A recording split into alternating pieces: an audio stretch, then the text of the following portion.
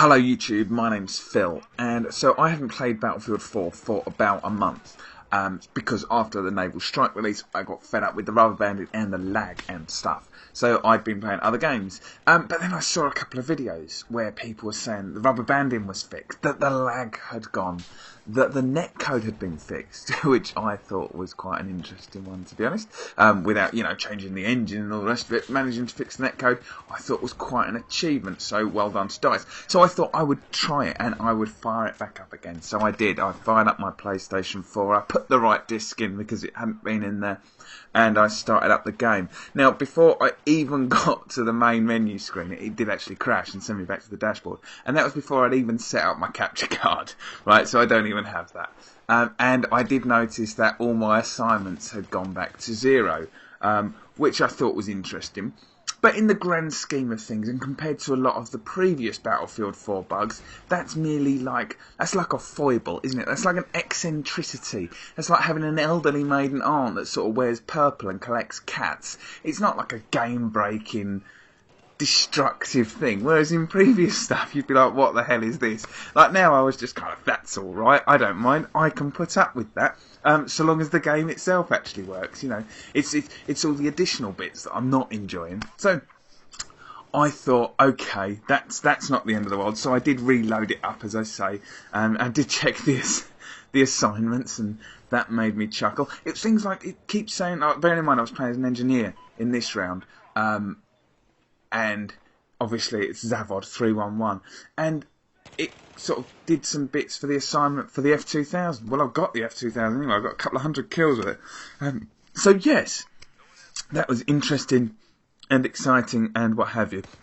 So there are a couple of little glitches and nodules that I still noticed throughout the beginning of the game. But as I say, I thought, well, hell, I shall jump into it. Now, this was actually recorded on Saturday, so about 3 days ago from when I am recording this. I don't know when I'm actually going to put it live, but about 3 days from when I actually recorded this. So it's before the rental servers became available for the consoles. So I played some Obliteration, basically because I find that 64-man stuff can sometimes become it's almost like a little bit too much for the servers, and that's kind of when the rubber banding tends to kick in and make the game relatively unplayable. So I thought a 32-man Obliteration server would be perfect, because ultimately I buy Battlefield for those battlefield moments where I can jump into a grossly overpowered AA tank and take out the transport helicopter, or as I like to call them, air whales. It's not, I don't play Battlefield because I want to do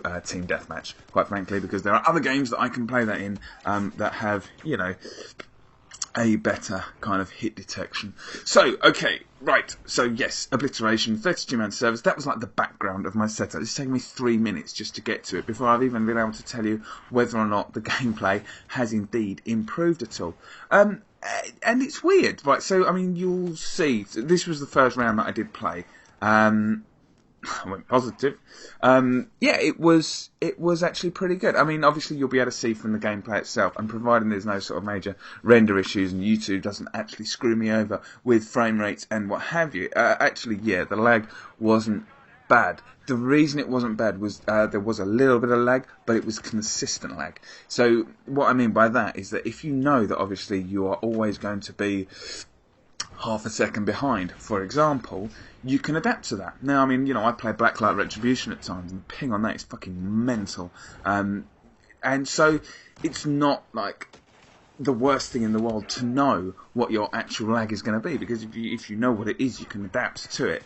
It's when you don't know what it is, and the problems that it has been with Battlefield 4 is it's very kind of up and down. Sometimes you're just half a second behind, sometimes you're half a second in front, and that can be within the same round. So that makes it kind of unmanageable, to be honest.